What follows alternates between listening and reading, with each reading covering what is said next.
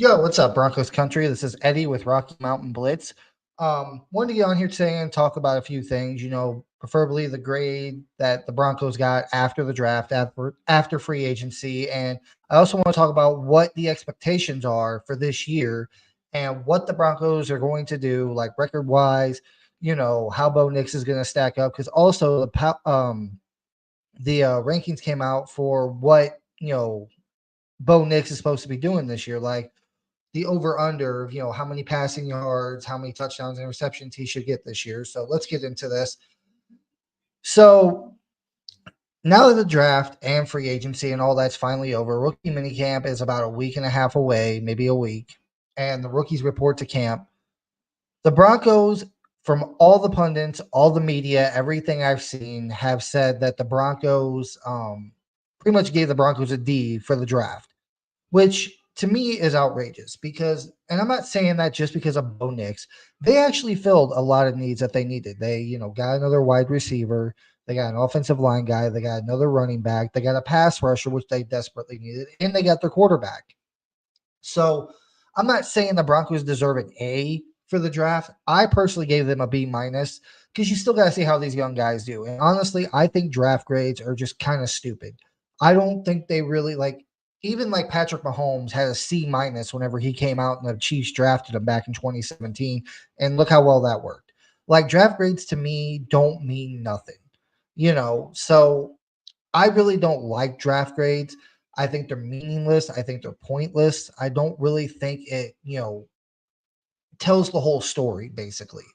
So with that said, um, the Broncos draft grade, they did give him a D. I gave him a B minus, which, like I said, I don't think draft grades matter.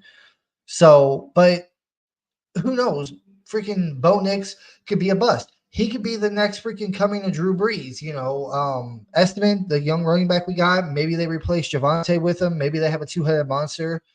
P. Ryan can be gone. McLaughlin can be gone. Personally, I think P. Ryan's most likely the odd man out there.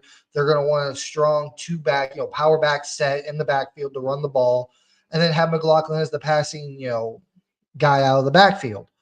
So with that said, and then Jonah Ellis, I give that one an A, honestly, because you need pass rush help.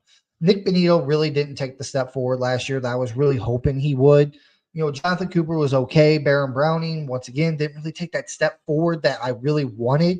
So I like the Jonah Ellis pick. I mean, I think it's good. You got another pass rusher, an edge guy. So that's good. I'm happy with that.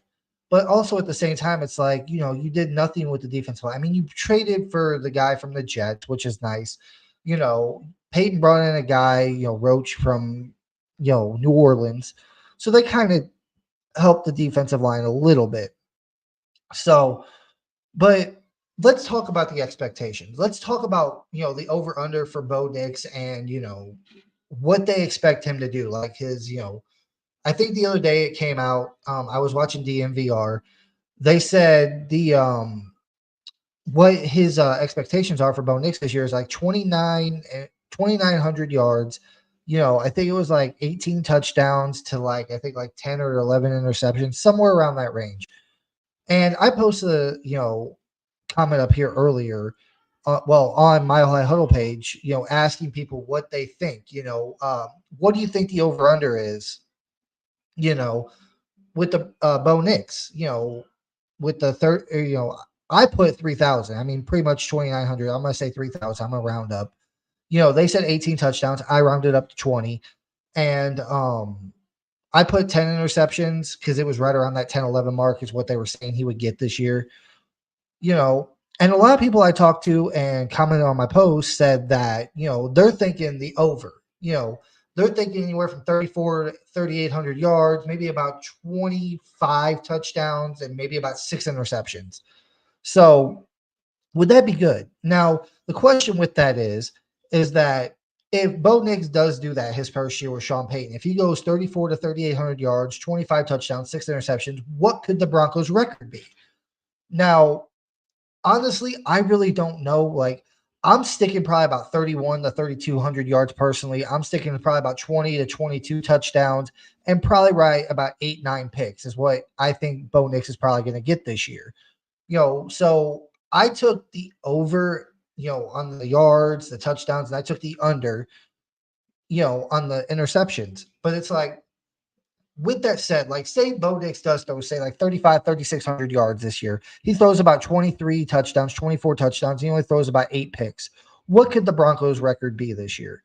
Honestly, I say probably about anywhere from 8 to 10 wins, because people say, well, that's crazy.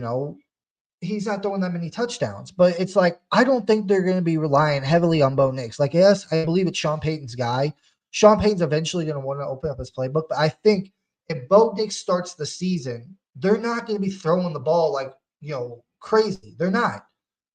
You know, I think they're going to run the ball. And I think it says a lot with what they've done with adding that running back from Notre Dame. You got 4 backs on the freaking roster now, 2 of which are pass catching backs, and the other 2 are power backs.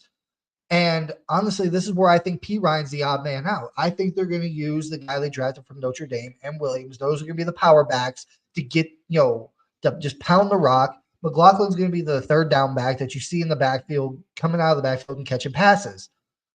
So I think they're going to run the ball a lot this year. And I'm not saying that they're not going to pass. I believe they will pass. They're going to, progressively every week probably pass more and more. But to start out, it's going to be a lot of running, especially in Bo Nix's first year, because they're not going to put a lot of, they're not going to put a lot on the kid the first year. They're not going to do that. That's the dumbest thing you can do, is put all this pressure, constantly throw the ball with a young rookie quarterback. Yes, I understand Bo Nix. He's the most pro-ready guy.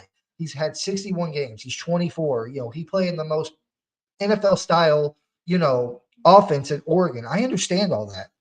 But still, even with that, transitioning from college to the NFL is hard. So I don't think Sean Payton's going to he's not going to draft a guy 12th overall and put him in situations to fail. He's going to put him in situations to succeed. And I think that in Bo Nix's first year, it's going to be a lot of running the ball and, not really putting the game on Bo Nix's back and, let him, scheme up some plays every now and then for Bo Nix to throw downfield or the short intermediate routes. That's what I think is going to happen. Like I said, I think 21 to 22 touchdowns, probably about 8 to 9 interceptions, and probably about 31 to 3,200 yards is what I think Bo Nix is going to get his first year here in Denver. And that's not bad. And I think the Broncos with Bo Nix and all the stuff they've done this year, and this is the way I think about it. Yes, Bo Nix is a rookie. I understand that. He's 24, so he's technically not that young of a quarterback. He's had 61 starts in college. He's played 6 years. He's had a pro-style offense in college at Oregon. So he's pretty much, everybody's been saying the same thing. He's the most pro-ready quarterback this year. But even with that, he's still a rookie transitioning into the NFL from college. So my thing is, Sean Payton's not going to put that much on him. And with Russell Wilson, well, honestly, you can't even say Russell Wilson, because Russell Wilson last year with Sean Payton got 7 wins. The 8th win came with Jarrett Stidham at the helm. So I think the Broncos could win 8 to 10 games. I think Sean Payton with Bo Nix, if they run the ball effectively enough, they'll get, I think Bo Nix with Sean Payton adds an extra win or 2 to the win column. Now, maybe that's enough. Maybe that's probably not enough to get the Broncos in the playoffs. It could be. I mean, they go 10-7 this year. With the AFC the way it is, 10-7 can get you in the playoffs. It just depends on how a lot of things break. So who knows? Maybe the Broncos make the playoffs. Maybe they don't. But I think the 8 to minimum 8 wins. I think the most 10, and give the kid a year. That way, next year you go into the offseason with $100 million in cap space. You could put a bunch of good players. You'll have all your draft picks back. You can go into free agency, bring a bunch of good players in, stack the team around Bo Nix, and then go into 2025. You'll probably get 10 to 13 wins in 2025, honestly. That's what I think could possibly happen. But this year, I'm leaning more towards, 8 to 10 wins. Bo Nix, 31 to 3,200 yards, about 21 to 22 interceptions, and probably about 8-9 picks. That's where I got the Broncos at. It's just crazy to me, man. The draft's already over, free agency's over, and the season's gonna be here before we know it, man. Training camp's only in a couple of months. Like, you got to get through May and June and basically July, and you're in training camp. So let me know what you guys think in the comments below. I'm going to jump off here for the night. I got a few things. Make sure you come on to Colorado Sports Connections Sunday night at 7 p.m. Mountain Time. That's whenever I do my show on there, and I will have my good friend Muhammad and co-host. He's gonna be my new co-host on that show every week. Me and Muhammad will be on 7 p.m. Mountain Time on Colorado Sports Network. So go over there, like that page on Facebook if you want to see more of me and Muhammad on here. So please like, comment, subscribe to this page, Rocky Mountain Blitz, and I will talk to you guys later. Peace.